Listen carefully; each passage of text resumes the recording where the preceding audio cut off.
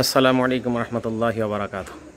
আগামীকাল শনিবার সকাল 7টায় ইনশাআল্লাহ আল্লাহ তৌফিক দিলে আমাদের শেরআলী মার্কেট কেন্দ্রীয় জামে মসজিদে ঈদের জামাত অনুষ্ঠিত হবে।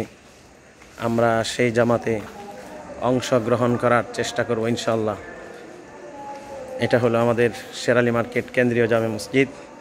এখানে এইভাবে সুন্দর ব্যবস্থাপনা করা হয়েছে। বাহিরে এটা বারান্দায় আমরা যারা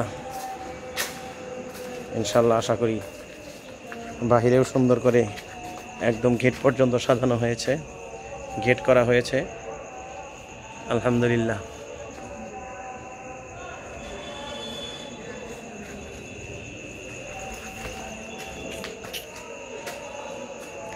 এটা হলো আমাদের গেট মসজিদের।